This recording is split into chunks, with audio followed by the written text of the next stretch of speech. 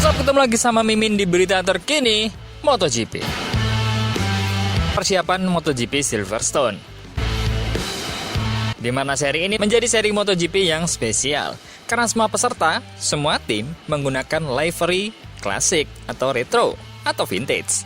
Yang edisi liverynya ini memiliki hubungan histori sama timnya masing-masing. Nah, menurut Mimin sih, dalam livery seri vintage ini ada yang lebih bagus versi spesial ini daripada yang biasanya. Namanya juga spesial ya. Nanti coba kita lihat mana favorit teman-teman semua. Yuk kita mulai dari Yamaha. Yamaha memakai livery pemenang gelar 500cc pertama mereka, YZR 500, yang dibawa sang maestro Giacomo Agostini menuju kejayaan Grand Prix pada tahun 75. Asli sih, biasanya kita lihat warna biru bertahun-tahun. Melihat livery ini nampak fresh banget. Sayangnya, masih ada monster energinya yang tetap harus hitam, jadinya seperti ada warna-warna yang tidak pada tempatnya di sisi depan. Tapi overall ini keren banget sih. Mimin sih lebih suka ini daripada yang biru. Entah karena ini keren aja, atau mungkin karena selalu melihat yang biru yang lumayan tak berubah sejak edisi livery terakhir dengan monster energi bareng Valentino Rossi. Jadi ini fresh banget rasanya. Gitu gak sih? Kalau menurut teman-teman gimana?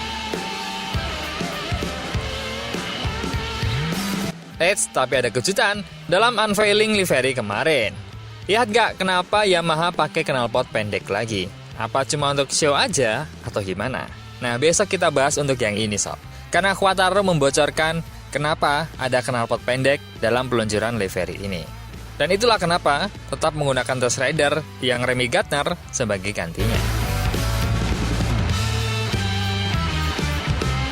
Kedua, kita ke Honda. Repsol Honda. Honda tampil dengan membawa semangat dari NS 500 yang memberikan gelar 500cc pertama pabrikan Jepang itu dengan Freddy Spencer. Nah, meskipun Spencer sering dihujat saat menjadi panitia MotoGP atau FIM, tapi gitu-gitu dia legenda Honda yang kini edisi liverynya dipakai. Warna ini bisa dibilang warna basic Honda sebelum bergabung dengan Repsol. Agak tak berubah sih dari yang sekarang, selain warna hitamnya berganti dengan putih. Namun, satu yang disoroti adalah Honda berani membuang tulisan Repsol di sisi samping liverynya ini diganti dengan logo saja. Meskipun logonya juga bergaya vintage, namun begini ya, akhir-akhir kontrak tuh, hubungannya tak semesra di awal-awal. Keren gak guys yang ini? Oke, lanjut kita ke tetangga sebelah Honda resmi nih. Ada LCR. Ini selalu keren sih, karena satu tim punya dua livery. Gokil. Untuk versi Takana, Takaki Nakagami akan memakai corak bendera Jepang dan ada corak emasnya. Gokil kan? Selain pakai background kuning vintage di nomornya, overall masih identik sama yang sekarang. Selain sisi buritannya diganti warna hitam. Tapi yang jadi perhatian Mimin, bentuk wingsnya yang belakang bagusan punya tim satelit gak sih daripada yang tim resminya? Kayak kurang gimana gitu. Tapi itu dilihat dari cuma sisi enak dilihatnya ya, bukan fungsinya. Kalau fungsi, pasti insinyur lah yang lebih paham.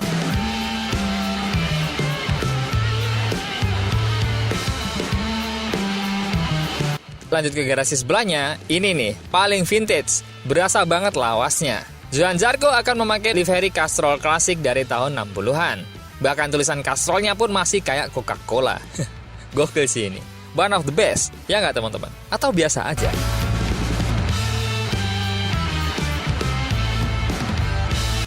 Lanjut ke Ducati. Lenovo Ducati. Ducati mengambil inspirasi dari motor GP pertama mereka, Desmos edisi GP3 yang mulai debutnya pada tahun 2003 bersama Loris Capirossi dan Troy Bayliss. Kalau Mimin tadi bilang ada versi vintage yang lebih bagus dari asli, ini nih yang Mimin maksud adalah si empunya Ducati ini sob. Karena motor ini bisa dibilang liverynya masih satu tema dengan yang sekarang, mirip lah. Nah ini dengan background putih bikin sedikit lebih Ducati dibandingkan Ducati yang sekarang yang serba merah.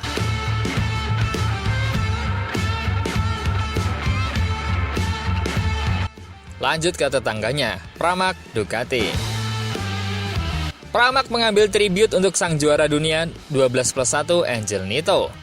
Dengan livery yang mereka pakai terinspirasi dari motor Garelli 125cc yang dipakai oleh Nito saat meraih 3 gelar di awal dekade 80-an. No comment sih kalau yang ini identik dengan Ducati. Mungkin sedikit bisa ayam-ayam Martin yang gagal ke pabrikan dan bisa merasakan ngerasain pakai warna merah. Tapi bakalan gokil lagi kalau Martin juara di sini atau bahkan sapu bersih juara. Ya nggak? Bakalan plot twist banget. Red Ducati tapi bukan pabrikan. Lanjut, masih dari kandang Ducati ada VR46. Tim punya Rossi ini tampil dengan livery yang terinspirasi dari helm Sole Luna yang terkenal dipakai oleh sang pemilik Valentino Rossi pada tahun 2018.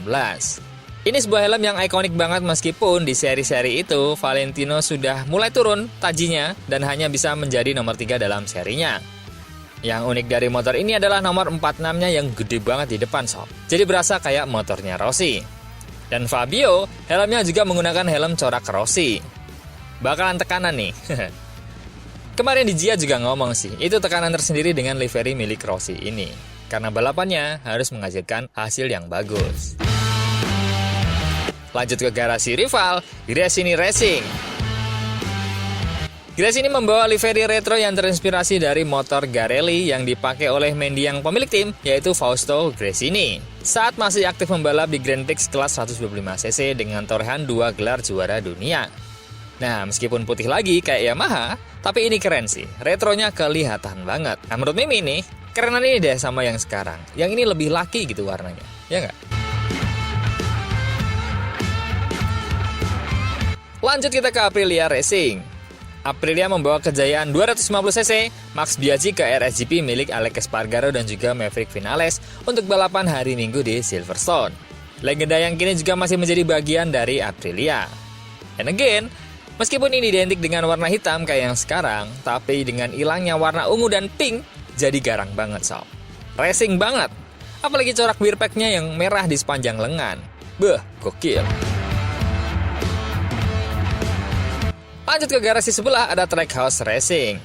Berstatus sebagai tim baru, Trackhouse memberikan penghormatan kepada para pemenang kelas Premier Grand Prix asal Amerika di sisi Firing RSGP yang dikendarai oleh Miguel Oliveira dan juga Raul Fernandez. Trackhouse pakai warna silver vintage, tapi livery sampingnya banyak foto-foto ini bikin beda dari yang lain. Karena memang Trackhouse adalah tim baru di MotoGP, livery vintage-nya ya yang sekarang ini masih dipakai sob. Yang sekarang aja masih vintage. Red Bull KTM Factory. Alih-alih membawa livery balap retro, KTM justru mengambil inspirasi dari prototipe motor jalanan pertama mereka yang digagas oleh Wolfgang Felber yang kini menjabat sebagai Vice President Teknologi Road Racing. Fresh banget sob, yang biasanya oranye terus, ini jadi putih. Dan meski lagi-lagi putih, ini keren karena ada Red Bull-nya dan warna birunya, 90s banget sob. Dan ini mungkin jadi warna perpisahan yang terbaik buat Jack Miller. Untuk gas-gas, menyamai basic putihnya namun dengan perpaduan gas-gas yang merah dan Red Bull. Mimin sih lebih suka sama desain rear pack-nya ini.